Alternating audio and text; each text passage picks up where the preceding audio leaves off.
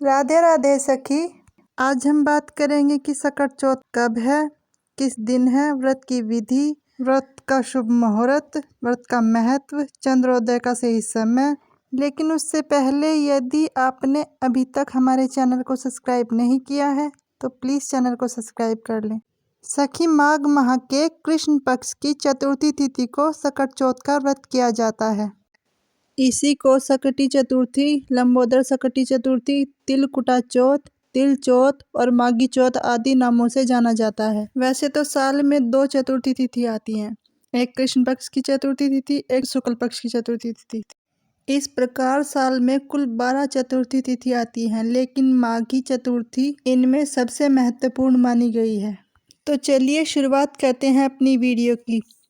संकट चौथ का व्रत 2024 में 29 जनवरी दिन सोमवार को रखा जाएगा। चतुर्थी तिथि का प्रारंभ होगा 29 जनवरी प्रातः 6:10 से और समाप्ति होगी 30 जनवरी प्रातः 8:45 पर। 29 जनवरी को चंद्रोदय का समय रहेगा रात्रि 9:10 पर।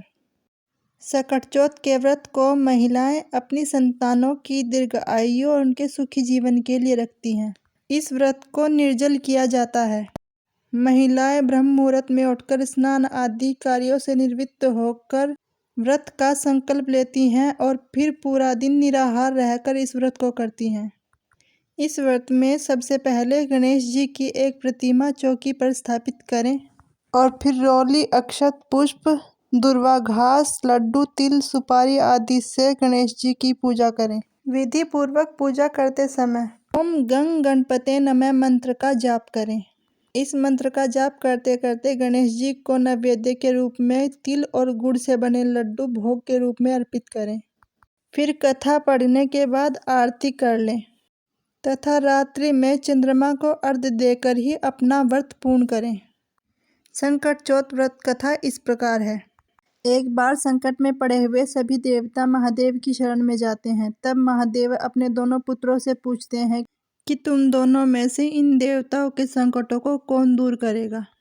तब कार्तिकेय जी ने स्वयं को देवताओं का सेनापति प्रमाणित करते हुए कहा कि देवताओं की रक्षा का उत्तरदायित्व तो मुझे ही मिलना चाहिए।